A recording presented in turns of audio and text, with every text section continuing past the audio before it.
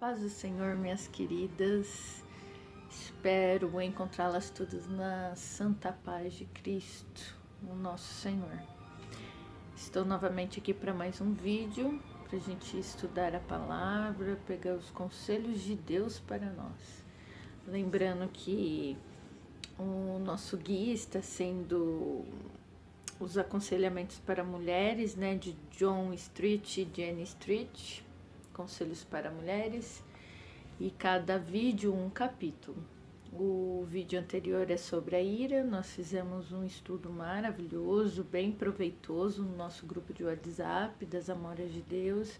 Deus nos abençoou grandemente. Tenho plena certeza que quem acompanhou e participou foi verdadeiramente edificado. Então, minhas queridas, esse segundo capítulo a gente vai falar sobre ansiedade. Me diz quem é que não passa por ela, quem não está, quem já passou, e quem não se cuidar passará, né? E é aquela ansiedade pecaminosa que a gente vai falar e tentar identificar, né? Quando é e quando não é pecado ficar ansioso. Qual é a qualificação para a gente saber uma coisa e outra, né?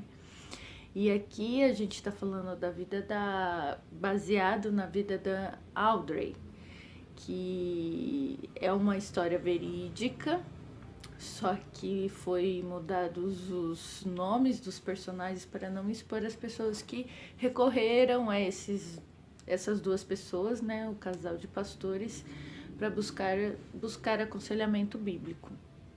Audrey estava enviando o filho pela terceira vez para a guerra, e foi nessa terceira vez que ela explodiu em ansiedade.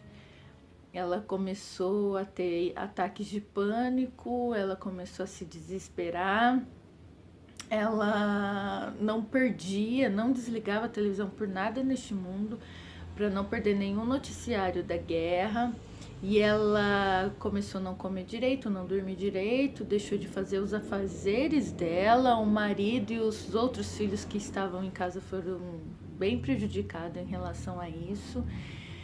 E isso começou a ter dentro dela que isso que ela estava fazendo estava mantendo o filho dela vivo, porque Deus estava vendo esse sacrifício que ela estava fazendo, e por isso que estava mantendo o filho dela vivo, e isso demonstrava que ela era uma mãe muito boa, né? Aí chegou um ponto que ela não conseguiu mais suportar tudo isso, porque ela estava vivendo muito mal e começou a reparar quem estava ao redor dela e viu que todos estavam extremamente maus em relação a isso. Ela não estava mais conseguindo viver dessa forma. Ela estava se sentindo morrer aos poucos por causa dessa ansiedade que ela estava passando. Foi aí que ela marcou um encontro, um jantar com o marido, e pediu misericórdia, pediu ajuda para o marido. E o marido também estava no limite dele de suportar tudo isso, até chorou junto com ela quando ela confessou a ele e pediu ajuda. E os dois começaram a se ajudar, e a primeira atitude deles, uma atitude sábia, foi procurar o pastor da igreja deles para ajudá-lo. E o primeiro conselho que o pastor deu a eles foi a questão de confessar o pecado da ansiedade para Deus. Ele começou a explicar para ela a diferença também em questão do que é medo e o que é ansiedade, né? O medo e a ansiedade, ainda que semelhantes, não são a mesma coisa. O medo é uma reação diretamente relacionada à percepção de uma ameaça ou de um dano imediato, normalmente real. A ansiedade, por outro lado, está associada à forma como você antecipa uma ameaça esperada. Então, medo é uma coisa que realmente anda acontecendo. Por exemplo, você está num lugar muito alto com risco de cair. Você está com medo de cair de altura. Ou até mesmo passar perto de um cão feroz. É um medo real. A ansiedade é algo que você vai prever. Eu vou ter que passar por aquela rua que é perigosa, eu posso ser assaltada. Aí começa a alimentar esses pensamentos dentro de você de uma forma doentia. Não é assim, é normal você se sentir ansiosa, um pouco amedrontada, porque vai passar numa rua perigosa. Mas é loucura você entrar em pânico porque começa a criar milhões de histórias que talvez aconteça. E dizem que realmente todos os medos que a gente passa pela nossa cabeça, a maioria deles não acontece, né? São só ameaças que vêm nos prejudicar mentalmente, né? Aí o pastor, o primeiro versículo que diz para ela também está em Mateus 6,34, portanto, não vos inquieteis com o dia de amanhã, pois o amanhã trará seus cuidados, basta o dia seu próprio mal, né? É o próprio Jesus falando isso, né?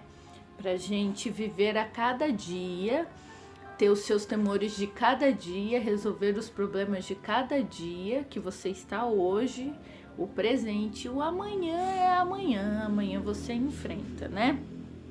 Então foi bacana que o pastor também leu Salmo 32, 1 ao 5 para ela, falando que felizes são aqueles que confessam suas faltas, suas falhas, seus defeitos, seus pecados ao Senhor.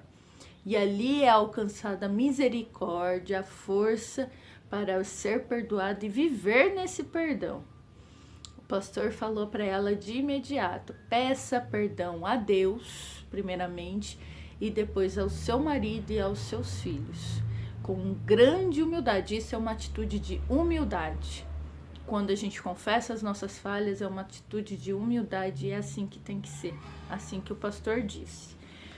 E logo depois, eu achei bacana, ele disse para ela fazer uma lista de todas as passagens bíblicas possíveis que ela encontrasse, onde estava relatando que Deus é fiel.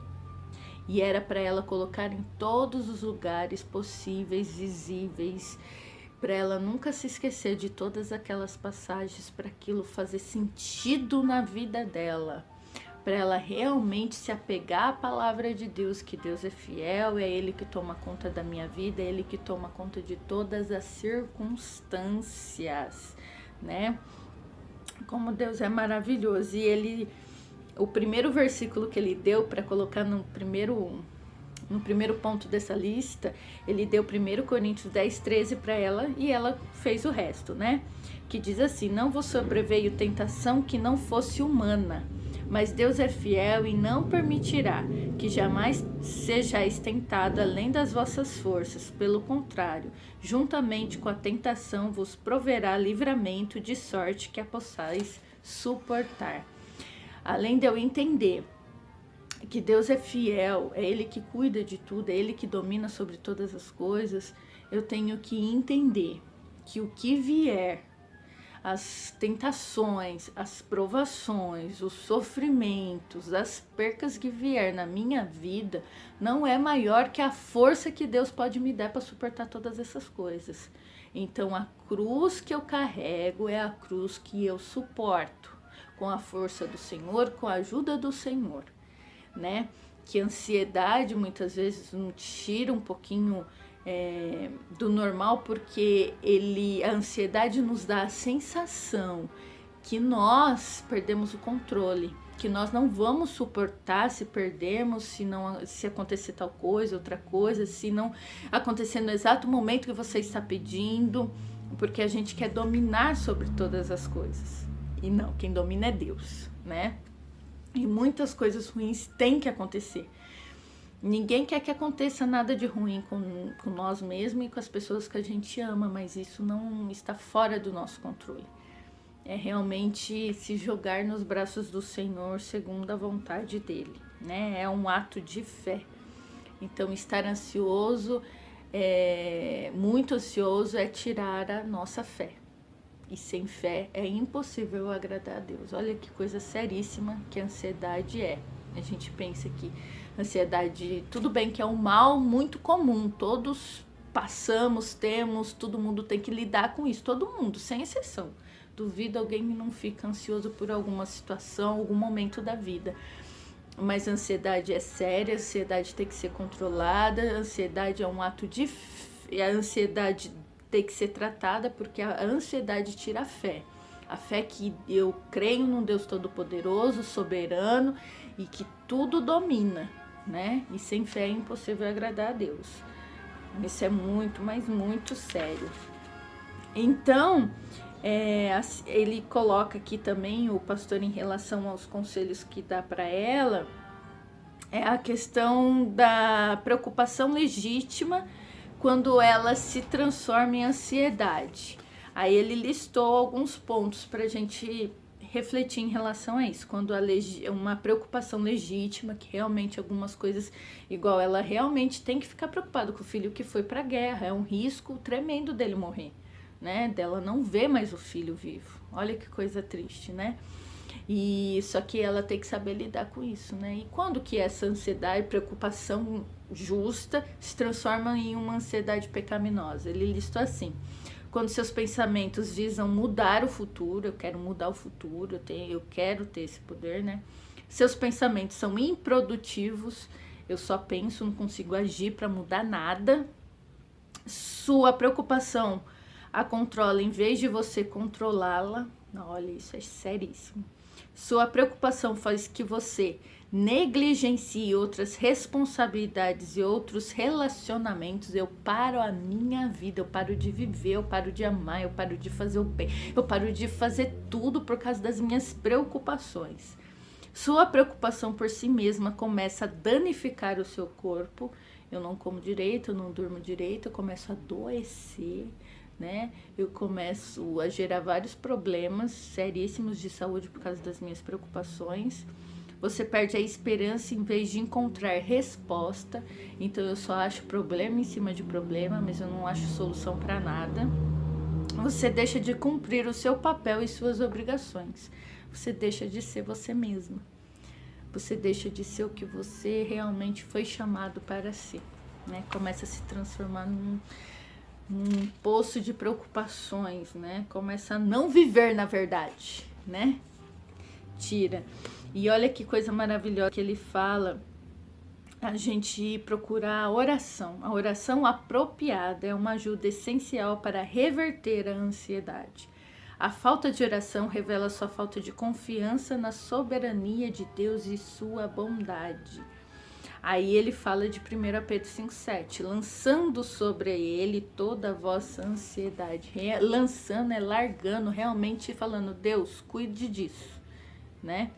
E é um ato de fé. Será que a gente ora, né, sobre isso com Deus? Será que a gente lança sobre ele e confia que ele tudo fará? Será que eu confesso a ele as minhas ansiedades, minhas preocupações? Ou eu começo que nem barata tonta, correndo atrás de vento, sem mudar nada, sem nenhuma solução, pensando que a solução vai vir de mim somente? É triste isso, né? Aqui tá falando, suas orações são parecidos que vem a seguir, ó. Senhor, por favor, não deixe que de nada ruim ou doloroso aconteça com ninguém da minha família. Senhor, faça minha filha entrar na melhor faculdade de medicina, porque isso vai ser melhor para ela. Senhor, cure o câncer do meu marido, ou não vou conseguir passar por essa provação. Muitas vezes a gente já dá a ordem para Deus, faça assim, faça assado, depois primeiro isso, segundo isso, terceiro aquilo. A gente começa a mandar em Deus, e Deus não é um gênio da lâmpada, ele é Deus. Então a vontade dele prevalece sobre a minha, né? E os pensamentos deles não são os meus pensamentos. Então muitas vezes os caminhos que ele vai usar, as coisas que ele vai usar para minha vida, soluções para os meus problemas são totalmente diferentes do que eu penso. E muitas vezes oro e ele fala, nossa, isso que você está pedindo é totalmente errado, é pecaminoso, e você tá querendo ser Deus da sua vida e não deixa Deus fazer realmente ser o centro da tua, né? Então, resumindo, gente, o que o pastor falou para ela trabalhar todo o santo dia dela? Primeiro, arrependimento desses pensamentos, arrependimento de tudo dos comportamentos que ela estava tendo. Depois, despojar, que é lançar sobre Cristo todas as nossas preocupações e confiar, desenvolver a fé que Deus fará sempre o melhor. E depois nos revestir, que aí é uma mudança totalmente transformadora e duradoura, né? Enraizada em Cristo, né? Se revestir de uma nova mulher, de um novo homem segundo o coração de Deus, né? De toda justiça, se apegando sempre no Salmo 37 e 73, depois vocês leiam aí, viu? Que aqui o Salmo sempre fala sobre a troca de pensamentos, né? De ansiedade por pensamentos de esperança, Salmo 37 e 73, tá? E ter a lista sempre por perto, a lista que Deus é fiel, e eu sempre lançar sobre ele, confiando sempre que é Cristo, 100% Cristo, a vontade de Deus que prevalece, tudo está nas mãos do Senhor.